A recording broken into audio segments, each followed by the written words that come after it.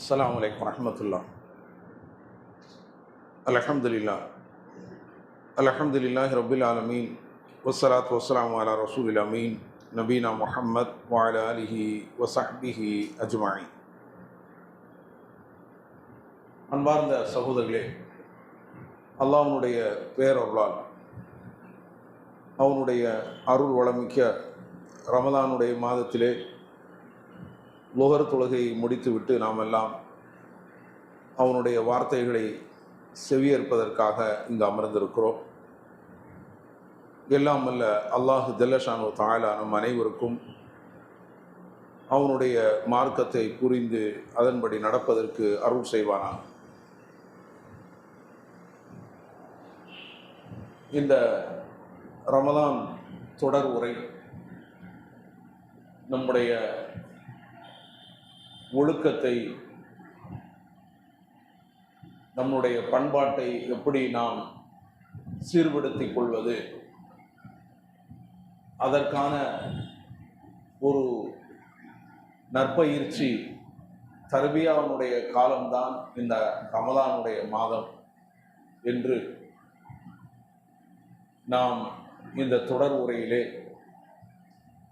பல்வேறு சீர்திருத்தங்களை நாம் எடுத்து சொன்னோம். இறுதியாக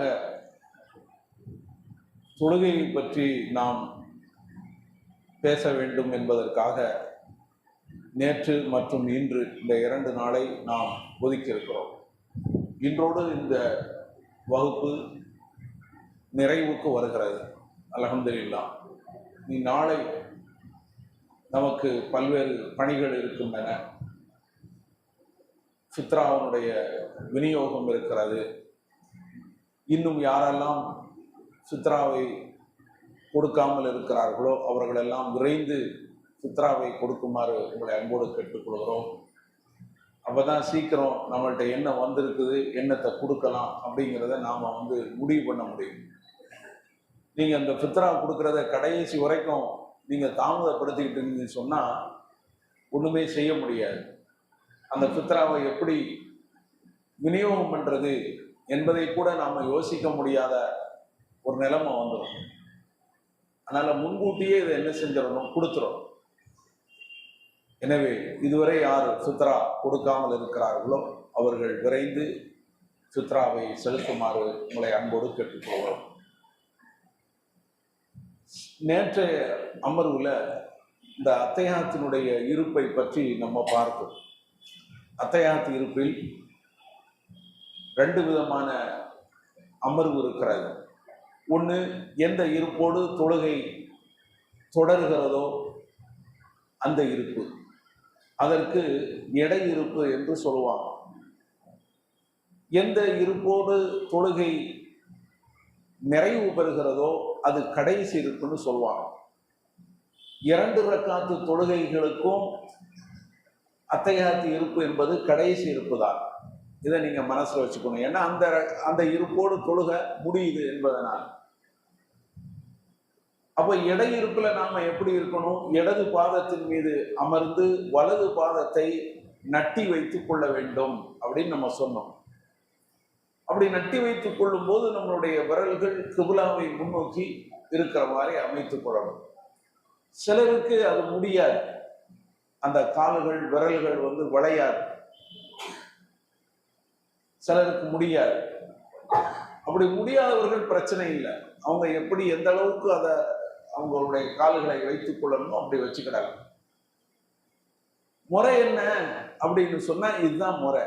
இடது பாதத்தின் மீது அமர்ந்து வலது பாதத்தை நட்டி வைத்துக் கொள்ள வேண்டும். இது அதான் முடியாதவங்க எப்படி நீங்க நடந்து கொள்ள முடியுமோ அப்படி நடந்து கொள்ள வேண்டியதுதான். ஏன்னா மார்க்கம் யாரையும் கஷ்டப்படுத்துவது கிடையாது. லா யுகல்லிஃபுல்லாஹு நஃப்ஸன் இல்லா உஸாஹா. எந்த ஒரு மனிதனையும் அவனுடைய சக்திக்கு மீறி அல்லாஹ் சுமையை சுமத்த மாட்டார். அப்படி இருக்கிறதுனால நம்ம என்ன முறையோ அதை நம்ம சொல்லுவோம். அந்த முறையை பேண முடியாதவர்கள் அதனால பிரச்சனை இல்லை. அல்லாஹ் அவர்களை என்ன செய்வான், பொறுத்துக் கொள்வான். அதை பேணக்கூடியவர்கள் பேணியாகும். என்னால முடியும் அப்படின்னு இருக்கிறவங்க என்ன செய்யணும், பேணியாகும். இது இந்த இடை இருப்பு. கடைசி இருப்புல இருக்கக்கூடியவர்கள் எந்த இருப்போடு தொழுகை நிறைவு பெறுகிறதோ அவங்க எப்படி இருக்கணும், இடது பாதத்தை வலது பாதத்தின் கீழே வெளிப்படுத்தணும், வலது பாதத்தை நட்டி வைத்துக் கொள்ளணும். அப்போ விரல்கள் கிப்லாவை முன்னோக்கி இருக்கணும். நம்முடைய இருப்பு தரையில் படுமாறு அமைந்திருக்கும். இது கடைசி இருப்பு. சரி, அடுத்து என்ன சொன்னோம், அடுத்து நம்ம கவனிக்க வேண்டியது கைகளை வைக்கும் முறை. இரண்டு கைகளையும் இரண்டு தொடைகள் மீதும் முட்டுக்கால்கள் மீதும் வைத்துக் கொள்ள வேண்டும். தொடையில மட்டும் வச்சுக்கிடக்கூடாது, சிலர் அப்படி வச்சிருப்பாங்க, அப்படி அது கூட. நான் ஹதீஸ்ல ரெண்டையும் சேர்த்து தான் நபிகள் நாயகம் ஸல்லல்லாஹு அலைஹி வஸல்லம் அவங்க சொல்றாங்க. அவங்க அப்படித்தான் வச்சிருக்கிறாங்க. தொடையின் மீதும் முட்டுக்காலின் மீதும் வைக்க வேண்டும் இரண்டு கைகளை. அடுத்து வலது கையில கடைசி இரண்டு விரல்களை மடக்கணும். மடக்கி கட்டை விரலையும் நடுவிரலையும் இணைக்கணும். இணைத்து ஆட்காட்டி விரலை உயர்த்தி யாரையோ அழைப்பது போல அசைத்து கொண்டிருக்கணும். அப்படித்தான் ஹதீஸ்ல இருக்கு. பலரும் அசைக்காம இருக்கிறாங்க. அது அவங்களுக்கும் அல்லாவுக்கும் உள்ள பிரச்சனை. ஹதீஸ்ல என்ன இருக்கிறது, அசைக்கணும்னு இருக்கு. இஷாரா செய்வார்கள் என்று ஹதீஸ்ல சொல்லப்பட்டிருக்கிறார். அவர்கள் ஆள்காட்டி விரலை உயர்த்தி இஷாரா செய்வார்கள் அப்படின்னு இருக்கு. இஷாரான்னா என்ன அர்த்தம், சைக்கினை செய்வார்கள் என்று அர்த்தம். சைக்கினைனா எப்படி, இப்படி அசைப்பதும் சைக்கினை தான், அசைக்காம நீட்டிக்கிட்டே இருப்பதும் சைக்கினை தான். அசைப்பது சைக்கினை இல்லை என்று யாரும் சொல்ல முடியாது. இப்படி அசைப்பது சைக்கினை இல்லை அப்படின்னு சொல்ல முடியாது. அசைக்காம வச்சுக்கிட்டு இருக்காங்களா, அவங்களும் இதை சைக்கினை இல்லைன்னு சொல்ல முடியாது. அசைப்பதும் சைக்கினை, அசைக்காமல் இருப்பதும் சைக்கினை. சைக்கினை செய்வார்கள் அப்படின்னு இருக்கு. இப்ப நம்ம ரோட்ல சவுதி அரேபியாவில், வெளிநாடுகள்ல, அரபு நாடுகள்ல வேலை செய்யறவங்களுக்கு தெரியும், ரோடுகள்ல இஷாரா வச்சிருப்பாங்க. அதுக்கு என்ன பேரு, சைக்கினை, இஷாரா. அந்த இஷாராவுல நிலையாக எரியக்கூடிய விளக்குகளும் இருக்கும், அமர்ந்து அமர்ந்து பொருத்தக்கூடிய விளக்குகளும் இருக்கும். அது சைக்கினை. சில சைக்கினை நம்ம விரலை நீட்டிக்கொண்டு இருக்கிற மாதிரி எப்போது பார்த்தாலும் எரிந்து கொண்டே இருக்கும். சில விளக்குகள் இருக்கும், எப்படி மஞ்சள் விளக்குகளை போட்டிருப்பாங்க, அது அமர்ந்து அமர்ந்து பொருத்தி கொண்டே இருக்கும், எச்சரிக்கைக்காக, அங்க பார்த்து போங்க என்பதற்காக. அதுவும் சைக்கினை தான். அதே மாதிரி தான் விரலை நீட்டி கொண்டிருப்பதும் சைக்கினை தான், அசைத்து கொண்டிருப்பதும் சைக்கினை தான். அப்ப எந்த சைக்கினையை நாம செய்வது, நீக்கிட்டு இருப்பதா, அசைத்து கொண்டிருப்பதா, அல்லது நம்ம இஷ்டத்துக்கு செய்வதா என்ற ஒரு பிரச்சனை இருக்கிறது. அப்ப வேறொரு ஹதீஸ், நசையில வரக்கூடிய ஹதீஸ், வாயில் இப்னு ஹுஜுர் ரலியல்லாஹு அன்ஹு அவர்கள் அறிவிக்கக்கூடிய ஹதீஸ். நான் நபிகள் நாயகம் ஸல்லல்லாஹு அலைஹி வஸல்லம் அவர்களை பார்த்தேன். அவர்கள் ஆட்காட்டி விரலை உயர்த்தி யாரையோ அழைப்பது போல அசைத்து கொண்டிருப்பதை கண்டேன் அப்படின்னு சொல்றாங்க. முடிஞ்சு வச்சா. அப்போ அந்த சைக்கினை எப்படிங்கிறத இந்த ஹதீஸ் நமக்கு தெளிவுபடுத்திடுச்சு. அந்த சைக்கினை என்பது அசைப்பதன் மூலமாகத்தான் இருக்கணும், அசைக்காம வச்சுக்கிட்டு இருக்கிறது இல்லை அப்படின்னு இந்த ஹதீஸ் தெளிவுபடுத்திச்சு. இல்லை நான் இப்படித்தான் வச்சுக்கிடுவேன் அப்படின்னு சொன்னா, அடம்பிடித்தால் இந்த ஹதீஸை நாம் நிராகரித்தவர்களாக ஆகிவிடுவோம். அசைத்து கொண்டிருக்கிறார்கள் என்று ஒரு ஹதீஸ் வருத, அந்த ஹதீஸை நாம் மறுத்தவர்களாக ஆகிவிடுவோம். ஹதீஸுகளை நம்ம மறுக்க முடியாது.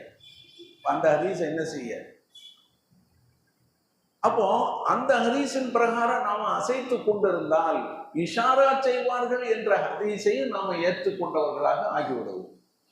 ரெண்டு ஹதீஸை நாம ஏற்றுக்கொண்டவர்களாக ஆகிவிடுவோம். இஷாரா செய்வார்கள் அந்த ஹதீஸை நாம ஏற்றுக்கிட்டவர்களாக ஆகிவிடுவோம், அசைப்பார்கள் என்ற ஹதீஸை நாம ஏற்றுக்கொண்டவர்களாக ஆகிவிடுவோம். எப்போ, நாம அசைக்கும் போது. இதுதான். ஆனா இஷாரா செய்வது, அசைப்பது அசைப்பது என்பது இஷாரா செய்வதற்கு நேர் விரோதமானது பேசக்கூடாது. அது மடமை. இஷாரா செய்வது இப்படி நீட்டிக்கிட்டே இருப்பது அதுக்கு நேர் விரோதமானது அசைப்பது அப்படின்னு பேசக்கூடாது. ரெண்டுமே இஷாரா தான். ஹதீஸ்ல நீட்டிக்கொண்டே இருப்பார்கள் என்று வந்தால் மட்டும்தான் அசைப்பது நீட்டிக்கொண்டே இருந்தார்கள் என்பதற்கு விரோதமாக ஆகும். ஹதீஸ்ல நீட்டிக்கிட்டே இருந்தாங்க அப்படின்னு வரல. அப்படி ஹதீஸ்ல வந்திருக்குன்னு வச்சுக்கிடுங்க. இந்த ஹதீஸ் நான் அசைத்து கொண்டிருப்பதை பார்த்தேன் அப்படின்னு வந்திருக்குன்னு வச்சுக்கோங்க. இப்ப ரெண்டு என்ன முரண் வரும், ஒன்றுக்கொன்று முரண் அப்படின்னு ஆயிரும். இது முரண் கிடையாது, இஷாரா தான் இருக்குது. இஷாராங்கிறது ரெண்டு வகையான இஷாரா. நீட்டிக் கொண்டிருப்பதும் இஷாரா, அசைத்து கொண்டிருப்பதும் இஷாரா தான். அப்ப அசைத்து கொண்டிருப்பதன் மூலமாகத்தான் அந்த இஷாராவை நாம் செய்ய வேண்டும் என்பது தெளிவு. இது ஒன்று. அடுத்து என்ன, நம்மளுடைய வலது கை இரண்டு இருப்பிலையுமே வலது கை தொடையின் மீது படுமாறு வச்சுக்கிடணும். வலது கை என்ன செய்யணும், தொடையின் மீது படுமாறு. இப்படி கையை அப்படி தூக்கிட்டு வச்சுக்கிட்டு இருக்கக்கூடாது. நிறைய பேர் அப்படிதான் இருக்கிறாங்க. ரெண்டு இருப்பிலையுமே கடைசி இருப்புல உங்களுக்கு ஆட்டோமேட்டிக்கா கை தொடையின் மீது பற்றும். அதற்கு நிறைய பேருக்கு இலகுவாக இருக்கும். அது இயல்பாகவே கை வலது கை தொடையின் மீது பற்றும் கடைசி இருப்புல. இடை இருப்புல நாம தான் என்ன செய்யணும், வலது கையை தொடையின் மீது படுற மாதிரி வைக்கணும். இப்படி இருந்துடக்கூடாது. தொடையின் மீது முழுமையா படாட்டாலும் கொஞ்சமாவது என்ன செய்யணும், தொடையில படுற மாதிரி நம்ம வைக்கணும். அப்படி நம்மளுடைய பார்வை அத்தையாத்துல நம்மளுடைய பார்வை எங்க இருக்கணும் அப்படின்னு சொன்னா விரல் அசைப்பதில் இருக்கணும். நபிகள் நாயகம் ஸல்லல்லாஹு அலைஹி வஸல்லம் அவர்கள் அந்த இஷாராவை விட்டும் அவர்களுடைய பார்வை கடக்காது என்று வருகிறது. அதனால நம்மளுடைய பார்வை அசைத்து கொண்டிருப்பதிலேயே இருக்கும். இது நேற்று சொன்னதை விட கொஞ்சம் கூடுதல் செய்தியை நம்ம சொல்லியிருக்கோம். அடுத்து என்ன அப்படின்னு சொன்னா, சேர்ல உட்கார்ந்து நம்ம தொழுகிறோம். எதனால தொழுகிறோம் அப்படின்னு சொன்னா, இயலாதவர்கள் நபிகள் நாயகம் ஸல்லல்லாஹு அலைஹி வஸல்லம் அவர்கள் உங்களுக்கு நிற்க முடியல அப்படின்னு சொன்னா உட்கார்ந்து தொழுங்க, உட்கார்ந்தும் தொழ முடியல அப்படின்னா படுத்து தொழுங்க அப்படின்னு சொல்லி நபிகள் நாயகம் ஸல்லல்லாஹு அலைஹி வஸல்லம் சொல்லியிருக்கிறாங்க. நின்று தொழ முடியாதவர்கள் உட்கார்ந்து தொழலாம், உட்கார்ந்து தொழ முடியாதவர்கள் படுத்து கொண்டு தொழலாம். இப்போ நோயாளியா இருக்கிறோம், எஞ்சி உட்கார முடியாது, படுத்துக்கிட்டே நீங்க என்ன செய்யலாம், உங்களுடைய தொழுகையை நீங்க நிறைவேற்றிக் கொள்ளலாம். அப்ப எப்படி ருக்கு செய்வது, எப்படி தக்பீர் கட்டுறது, அதெல்லாம் நீங்க உங்க மனக்கண்ணில் கொண்டு வந்துடணும். நீங்க ருக்கு செய்யற மாதிரி, சுஜூத் செய்யற மாதிரி, தக்பீர் கட்டிக்கிட்டு இருக்கிற மாதிரி, நீங்க ஓதுற மாதிரி எல்லாமே என்ன செய்யணும், அதை கொண்டு வரணும். சேர்ல இருந்து தொழுகிறவங்க ரெண்டு வகையா தொழுகிறாங்க. என்ன அப்படின்னு சொன்னா, நின்று பாதி உட்கார்ந்து பாதி அப்படி தொழுகிறாங்க. எதுக்கு அப்படி தொழுகிறாங்கன்னு தெரியல. உங்களால நின்று தொழ முடியலன்னு ஆகி போச்சு, உட்கார்ந்துட வேண்டியதானே. நபிகள் நாயகம் ஸல்லல்லாஹு அலைஹி வஸல்லம் நின்று தொழ முடியவில்லை அப்படின்னா என்ன அர்த்தம், நின்று தொழ முடியவில்லை உட்கார்ந்து தொழுதுக்கிடுங்க. நின்றுக்கிட்டு என்னால எல்லா நிலைகளையும் நான் செய்ய முடியல, நின்றுக்கிட்டு குனியணும் முடியல, நின்றுக்கிட்டு நேரம் என்ன செய்யணும், சஜிதாவுக்கு போய் சஜிதா செய்யணும் முடியல. இப்ப என்ன செய்யணும், அதான் நின்று தொழ முடியவில்லை என்று அர்த்தம். நின்று தொழ முடியாதவங்க உட்கார்ந்துடலாம். ராகத்தான் என்ன செய்யலாம், சேர்ல உட்கார்ந்துடலாம். அதுல இப்படி பாதி பேர் இப்படி நின்றுக்கிட்டு அதுக்கு பிறகு ருக்கு செய்யும் போது ருக்கு செஞ்சுக்கிடுவாங்க, சஜிதா செய்யும்போது சேர்ல உட்கார்ந்துருவாங்க. இதுல என்ன நடக்குது அப்படின்னு சொன்னா, அவங்க நிற்கும் போது சஃபை விட்டு வெளியே நிற்கிறாங்க, சஃபை விட்டு வெளியே நிற்கிறாங்க. இப்போ இமாம் இந்த சஃபில் நிற்கிறாருன்னு வைங்க. இப்போ முதல் சஃபில் நீங்க அங்க நிற்கிறியா, இமாம் அங்க நிற்கிறான்னு வைங்க. சீனா பள்ளியிலாம் அப்படி இருக்கும், சஃபு இமாமுக்கு முன்னால போகாது, ஒரே சஃபில் தான் இருக்கும். அப்பவெல்லாம் என்ன செய்வாங்க, இந்த மாதிரி ஆட்கள் எனக்கு முன்னால நிற்பாங்க. நான் தொழுகை நடத்தி கொண்டு இருக்கும்போது எனக்கு முன்னால நிற்கிறாங்க, சேரை என் பக்கத்துல போட்டுக்கிட்டு எனக்கு முன்னால வந்துருவாங்க. நான் இங்க நின்று தொழுகை நடத்திக்கிட்டு இருப்பேன், அவர் இங்க நிற்பாரு. இது எப்படி சரியா வரும்? முழு உடலும் உங்களுக்கு சஃபை விட்டு என்ன செஞ்சிருது, முன்னால வந்துடும். அது சரி கிடையாது. நீங்க உட்கார்ந்துட்டீங்கன்னு சொன்னா உங்களுக்கு கால் மட்டும்தான் வெளியே வரும், நீங்க உட்கார்ந்துட்டீங்கன்னு சொன்னா சஃபை விட்டு வெளியே வர்றது முழு உடலும் கிடையாது, ஒரு பகுதி தான் வெளியே வரும். உங்களுடைய உடம்பு என்ன செய்யும்? சஃப்ல இருக்கும். நாம சஃப்ல நிற்கும் போதே, சரியா நிற்கும் போதே நம்மளுடைய வயிறு வந்து சஃபை விட்டு கொஞ்சம் முன்னால தள்ளி நிற்கும், இருக்குதா இல்லையா? ஒரு பகுதி வந்து சஃபை விட்டு கொஞ்சம் வெளியே நிற்கத்தானே செய்யும். அந்த கருத்துல இதை எடுத்துக்கலாம். நீங்க சேர்ல உட்கார்ந்து தொழுவும் போது எனக்கு வந்து என் கால் வந்து வெளியே வரத்தானே செய்யுது, இருக்கட்டுமே, வரத்தான் செய்யும். நீங்க வந்து உட்கார்ந்து இருக்கீங்க, சஃப்லான உட்கார்ந்து இருக்கிறீங்க, சஃப்ல நேரம் உட்கார்ந்து இருக்கீங்க. ஆனா நீங்க நின்றுட்டீங்க அப்படின்னு சொன்னா சஃபை விட்டு நீங்க உங்களுடைய முழு உடலும் வெளியே நிற்கிறது. நபிகள் நாயகம் ஸல்லல்லாஹு அலைஹி வஸல்லம் அவர்கள் இந்த நெஞ்சை இப்படி இப்படி இப்படி திருத்திக்கிட்டு நிற்கிறது, நம்ம வயறுன்னு சொன்னோம்னா இப்படி நெஞ்சை துருத்தி கொண்டு நிற்பவங்களை கூட என்ன செய்யறாங்க? சரிப்படுத்துறாங்க. ஏன் அப்படி நிக்கிறீங்க? நேரம் நில்லுங்க அப்படின்னு. அம்பை வச்சுக்கிட்டு என்ன செய்வாங்க?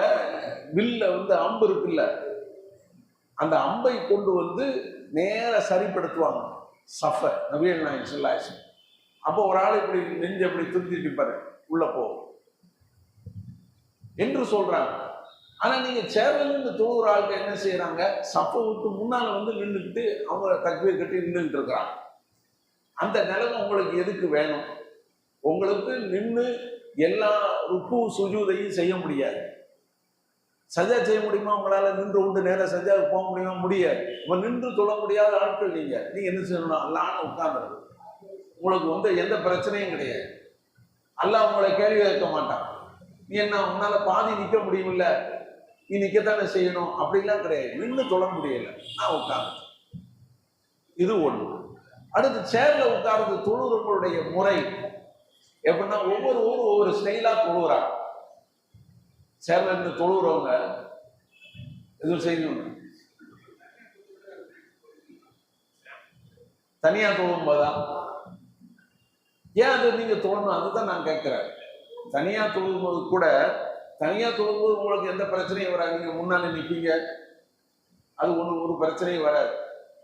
நீங்க தனியா தொழும்போது அந்த பிரச்சனை வராது. இருந்தாலும் உங்களுக்கு ராகத்து இதுலதான் இருக்கு. நீங்க உட்கார்ந்துருக்கணும். உங்களால முடியல தானே, நீங்க உட்கார்ந்துருக்கு, உட்கார்ந்து தொழுவும். உட்கார்ந்து நீங்க தொழுகிறது தான் உங்களுக்கு நல்லது. இது ஒண்ணு. அடுத்து சேர்ல இருந்து தொழுகிறவங்க வந்து ஒவ்வொருவரும் ஒவ்வொரு முறையா தொழுகிறாங்க. சில பேருக்கு அதுல ஒரு விளக்கம் சொல்லணும் அப்படின்னு நினைக்கிறாங்க. என்ன அப்படின்னு சொன்னா, இப்போ தக்பீர் கட்டிடுவாங்க, இப்போ ருக்குவுக்கு போவாங்க. ஏன்னா இந்த ருக்குவுக்கு போறதுல இப்படி லேசா அப்படி குனிவாங்க. சஜிதாவுக்கு போகும்போது தான் என்ன செய்வாங்க? சிலர் கையை அப்படி நீட்டிடுவாங்க, நீட்டி இப்படி படுத்துருவாங்க. ஒரேடி என்ன செஞ்சிடறது? படுத்துறது, இப்படி கையை நீட்டி. இப்படி சிலர் வேறு விதமா தொழுகிறாங்க. இதுல என்ன தொழுவணும், எது சரியான முறை அப்படின்னா, நபிகள் நாயகம் ஸல்லல்லாஹு அலைஹி வஸல்லம் அவர்கள் அமர்ந்து தொழக்கூடியவர்கள் அவங்களுடைய ருக்குவையும் சுஜூதையும் இஷாரா செய்வார்கள், சைக்கிளை செய்வார்கள் அப்படின்னு தான் இருக்குது ஹதீஸ்ல. அப்ப நீங்க என்ன செய்யணும்? ருக்குவுக்கு போற மாதிரி நீங்க என்ன செய்யணும்? கொஞ்சம் லேசா குனியணும். சமி அல்லாஹு லிமன் ஹமீதா அப்படின்னு கையை உயர்த்திட்டு கீழே வச்சிடணும். அதுக்கப்புறம் நம்ம சஜாவுக்கு போறோம், அல்லாஹு அக்பர். சஜாவுக்கு என்ன செய்யணும்? போகணும். நீங்க ருக்குவுக்கு குனிஞ்ச மாதிரி சஜாவுக்கு குனிஞ்சாலும் பிரச்சனை இல்லை. அதோட கொஞ்சம் கூடுதலா நீங்க குனிகிறீங்களா? பிரச்சனை இல்லை. எல்லாம் என்ன? சைக்கினை. இப்போ இப்படி ருக்குவுக்கு சஜாவுக்கு போறோம், அல்லாஹு அக்பர். சஜா ரெண்டு சஜா கடையில இருக்கிறோம். பிறகு அல்லாஹு அக்பர், பிறகு அல்லாஹு அக்பர்னு சொல்லி நீங்க எழுதுறோம். இது இஷாரா செய்தல் அப்படிங்கிறாங்க. சிலர் வந்து சஜிதாவுக்கு வந்து ஒரு தனி முறையை என்ன செய்யறாங்க? கையாளுறாங்க. ஏன் அப்படின்னு சொன்னா, அப்படி கையாள கூடாதான்னா கூடும். அவர் ஒரு முறையில ஒரு இஷாராவை அவர் செய்யறார், அவர் ஒரு சைக்கிளையே வச்சிருக்கிறார். ஏன் அப்படி வைக்கிறாங்கன்னு சொன்னா மறந்துடும். நம்ம இப்படி குனிஞ்சமா, ருக்கு குனிஞ்சமா, சஜாவு குனிஞ்சமா அப்படிங்கிறது மறந்துடும். இருந்து தொழும் போது நீங்க வந்து எல்லா குனிதலையுமே ஒரே மாதிரி பயன்படுத்திட்டீங்கன்னு சொன்னா உங்களுக்கு மறந்துடும். எதுக்கு குனிஞ்சோம், நம்ம வந்து ருக்குவுக்கு குனிஞ்சோமா சஜிதாவுக்கு குனிஞ்சோமா அப்படிங்கிற மறந்துடும். அப்போ ருக்குவுக்கும் சஜிதாவுக்கும் இடையில ஒரு வித்தியாசத்தை நீங்க ஏற்படுத்திக்கிட்டீங்கன்னு சொன்னா அந்த மறக்கிறது வந்து விட்டுரும். நம்ம இப்ப சஜிதாவுக்கு போறோம், சஜிதாவிலிருந்து எழுந்திருக்கிறோம் அப்படின்னு வந்துடும். அந்த வித்தியாசத்தை நீங்க எப்படி செய்யணுமோ அப்படி செஞ்சுக்கிறோம். அது அவரவருடைய விருப்பம். அதனால இதுல எந்த ஒரு பிரச்சனையும் கிடையாது. அவங்கவுங்க விருப்ப பிரகாரம் உட்கார்ந்து என்ன செய்யணும், தொழுகையை நிறைவேற்றிக்கணும். இது ஒண்ணு. அடுத்து என்ன, இந்த தொழுகையில சில பேர் தொழுகும் போது இந்த குறுக்க போறாங்க. குறுக்க போறது இங்கே ஒரு ஆள் தொழுதுகிட்டு இருப்பாரு, அந்த மூணாவது சஃப்ல தொழுதுகிட்டு இருப்பாரு. இங்கே ஒரு ஆள் நிற்கிறவர் யோசனை பண்ணிக்கிட்டு இருப்பாரு, அங்க தொழுகிறார நம்ம இப்படி குறுக்க போகலாமா அப்படின்னு. எதுக்கு யோசனை பண்ணுங்க, அவர் அங்கே என்ன தொழுதுட்டு இருக்கிறாரு, நீங்க இதுக்கு இங்கே யோசனை பண்ணிட்டு இருக்க, போய்கிட்டே இருக்க வேண்டியதானே. குறுக்க போறது அப்படிங்கிறது என்ன அர்த்தம்? ஹதீஸ்ல நம்ம பார்க்கும்போது நாம எந்த இடத்துல சஜதா செய்யறோமோ அந்த இடத்துக்குள்ள குறுக்க போறதுதான் குறுக்க போறது. அதை தாண்டி போறதுனால தப்பே கிடையாது, அது குறுக்க போறதாக வராது. நான் உனது குறுக்க நான் வரல, நான் உன்னை தாண்டி தான் போயிருக்கேன். இப்போ கோடு போட்டிருக்கு, இந்த சஃப்ல இருந்து ஒரு ஆளு தொழுகிறாரு இந்த கோட்டுல. இப்ப நான் இங்க நிக்கிறேன், தாராளமா என்ன செய்யலாம், இப்படி நான் போகலாம். எப்படி போகக்கூடாது, இதுக்கு நடுவுல போகக்கூடாது. அவர் எங்க தொழுதுகிட்டு இருக்கிறாரோ அது நடுவுல இப்படி போகக்கூடாது. அதுதான் குறுக்க போறது. அதனால இந்த குறுக்க போறதுங்கிறது தூரமா நின்றுகிட்டு நீங்க யோசனை பண்ணிக்கிட்டு இருக்கவே வேண்டாம், நீங்க போய்கிட்டே இருக்கலாம். இது ஒண்ணு. அடுத்து என்ன, நம்ம சஃபை சரி செய்யணும். நிறைய தொழுகைகள்ல நம்ம பார்க்கறோம், சஃப் சீராகவே இல்லை. சேர் போடுறவங்க அந்த சேரனுடைய பின்னங்கால்களை அந்த பக்கம் தள்ளிடுறாங்க. இந்த சஃபை விட்டு நம்ம முன்னால வந்துருவோமோ அப்படின்னு நினைச்சு என்ன செய்யறாங்க, சேரனுடைய பின்னங்கால பின்னால இழுத்துடுறாங்க, முன்னங்கால என்ன செய்யறாங்க, சஃப்ல வச்சிடுறாங்க, அப்படி தொழுகிறாங்க. அப்படி நீங்க தொழுதீங்கன்னு சொன்னா பின்னால இருக்கிறவங்க என்ன செய்வாங்க, அது அவங்களுக்கு டிஸ்டர்ப் ஆயிடும். பின்னால ஆளே இல்லைன்னா பிரச்சனை இல்லை, பின்னால ஆள் இல்லை அப்படின்னா பிரச்சனை இல்லை. அப்படி இருந்தாலும் நீங்க என்ன செய்யணும், நீங்க பின்னால போற மாதிரி ஒரு ஒரு ஒரு ஒரு நிலைமை வரும். நீங்க சஃபை விட்டு நீங்களே பின்னால போன மாதிரி ஒரு ஒரு தோற்றம் உங்களுக்கு இருக்கும். ஏன்னா உங்களுடைய பாடி பின்னால போயிடுச்சு, சஃப்ல இருந்துட்டு உங்க கால் மட்டும்தான் நிற்குது, அப்படி வந்துடும். அதனால சேர்னுடைய முறை இதுதான், சேர்னுடைய பின்னங்கால் சஃப்ல நீங்க இருக்கிற மாதிரி பார்த்துக்கணும். இதுதான் சேர்னுடைய விளக்கம். அடுத்து இந்த சஃபை சரி செய்வது, அதை நம்ம கரெக்டாக என்ன செய்யணும், நம்ம நடந்துக்கணும். சஃபை சரி செய்யும் போது கரெக்டாக நடந்துக்கணும். முன் சஃபை முதல்ல பூர்த்தி செய்யணும். முன் சஃப்ல இடம் இருக்கும்போது அடுத்த சஃபுக்கு வரக்கூடாது. முன் சஃபை பூர்த்தி செஞ்சுட்டு தான் அடுத்த சஃபுக்கு போகணும். முன் சஃப்ல கடைசியில் இடம் இருக்கும், லேட்டாக வர்றவங்க என்ன செய்வாங்க, அங்கே வரைக்கும் போகிறதுக்கு சோம்பல் படுறாங்க, போகக்கூடாது. உங்களுக்கு நன்மை இருக்கு, நீங்கள் அந்த சஃபை பூர்த்தி செய்த நன்மை உங்களுக்கு கிடைக்கும். நீங்கள் என்ன செய்றீங்க, அதை தூர விட்டுட்டு நீங்க இங்க இருந்து புதிய சஃபாக நீங்க ஆரம்பிக்கிறீங்க, அது தப்பு. அது உங்களை பார்த்து எல்லாரும் அந்த சஃப்ல நின்றுவாங்க, இது பூர்த்தி ஆகாம போயிடும். வீரநாயகம் ஸல்லல்லாஹு அலைஹி வஸல்லம் அவர்கள் சஃபை சரி செய்து கொள்ளுங்கள் அப்படின்னு சொல்றாங்களா இல்லையா? நீ சஃபை சரி செய்யலையே, உனக்கு முன்னால் உள்ள சஃபு இடைவெளி இருந்தும் நீ புதிய சஃப்ல நின்னு சொன்னா நீ சஃபை சரி செய்யவில்லை. சஃபை சரி செய்வது தொழுகையினுடைய அம்சங்களில் ஒன்று, தொழுகையை நிலைநாட்டுவதனுடைய அம்சங்களில் ஒன்று அப்படிங்கிறார். இன்னொரு அறிவிப்புல மின் தமாமி ஸலா, தொழுகையின் பூரணத்துவத்தின் ஒரு அம்சம் அப்படிங்கிறார். ரெண்டும் வருது. சஃபை சரி செய்வது தொழுகையினுடைய பூரணத்துவத்தின் ஒரு அம்சம், சஃபை சரி செய்வது தொழுகையை நிலைநாட்டுவதின் ஒரு அம்சம். ரெண்டும் வருது. ரெண்டும் பாரதூரமான ஒரு விஷயமாக இருக்குது. நீங்க அப்படி செய்யல அப்படின்னு சொன்னா தொழுகை நீங்க நிலைநாட்டலன்னு வந்துடும், உங்களுடைய தொழுகை பரிபூர்ணமாக அமையலன்னு வந்துடும். அதனால நீங்க என்ன செய்யணும்,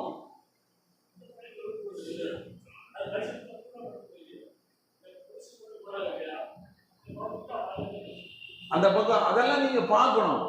அது அந்த பக்கம் சஃபுக்கு நம்ம இடம் விட்டுருக்கோமா இல்லையா? ஒரு இடத்துல மக்கள் வருவதற்காக என்ன செஞ்சிருக்கிறோம், போட்டிருக்கிறோம், அதை தூர விட்டுருங்க. தூர விட்டு நீங்க கடைசி வரைக்கும் நிற்க வேண்டியதானே. ஏன் அப்படி செய்வீங்க? அங்க பாதி தான் பாதி வரைக்கும் நிற்கிறாங்க, அதுக்கப்புறம் மீதி என்ன செய்யறாங்க, இங்கே கொண்டு வந்துடுறாங்க. எதுக்கு நிற்கணும்? உங்களுக்கு தான் உதவிச்சுட்டு வர்றவங்களுக்கு தனி இடம்னு சொல்லி ஒரு இதை நம்ம ஒதுக்கிட்டோமே, அவங்க அப்படியே வந்து கடைசியா நீங்க இங்க நம்ம என்ன செய்யறோம், எல்லாத்தையும் முடிச்சுட்டு பின்னால போறோம்ல, அது மாதிரி அவங்க கடைசியா ஒரு இடத்த அவங்க வச்சுக்கணும். ஆள் போறதுக்கு கடைசியா ஒரு இடம் வச்சுக்கணும். அவங்க போய்கிட்டே இருப்பாங்க. இங்க அங்க என்ன நடக்குது, அந்த பள்ளியில பாதியோட நிக்குது இந்த சஃப். அதுக்கு ஒரு அடுத்த சஃப்புக்கு வராங்க. அப்ப இதெல்லாம் வந்து கவனிக்கணும். சஃப்ல வந்து இடைவெளி இல்லாம நிக்கணும், நேராக நிக்கணும். சஃப்ல நாம வந்து சரி செய்யணும்னு சொன்னா நம்மளுடைய உள்ளங்கள்ல வேறுபாடு ஏற்பட்டுரும் அப்படின்னு சொல்லி நபிகள் நாயகம் ஸல்லல்லாஹு அலைஹி வஸல்லம் சொல்றாங்க. உங்களுடைய உள்ளங்கள் மாறுபட்டு போயிடும் அப்படிங்கிறாங்க. அப்ப நம்ம வந்து நம்ம இடத்துல ஒரு ஒற்றுமை இருக்காது, நம்ம இடத்துல ஒரு ஒற்றுமை இல்லாம போயிடும். அதனால நாம் இந்த சஃபை சரி செய்யும் போது ரொம்பவும் கரெக்டாக நாம நடந்து கொள்ளணும். முன் வரிசையை பூர்த்தி செய்யணும். சஃப்ல வந்து ஓரளவுக்கு வந்து நெருக்கமா நிக்கணும். ரொம்ப இப்படி இடிச்சுட்டு நிக்கணுங்கிறதெல்லாம் அவசியம் கிடையாது. ஓரளவு நெருக்கமா, ஒரு ஆளு நிக்கக்கூடிய அளவுக்கு இடத்த விட்டுட்டு நிற்கக்கூடாது. ஓரளவு நீங்க என்ன செய்யுங்க, நெருக்கமா நின்றுக்கிடுங்க. நின்று நம்ம தொழுகையை நிறைவேற்ற வேண்டும். எல்லாம் அல்லாஹ் ஜல்ல ஷானஹு வ தஆலா நம்மளுடைய தொழுகைகளை சீர் செய்வானாக. நம்மளுடைய தொழுகைகளை அவனுக்கு உகந்த முறையில அமைத்து தருவானாக. வாஹ்ரு தவானா அல்ஹம்துலில்லாஹி ரப்பில் ஆலமீன். அஸ்ஸலாமு அலைக்கும் வரஹ்மத்துல்லாஹி வபரகாத்துஹு.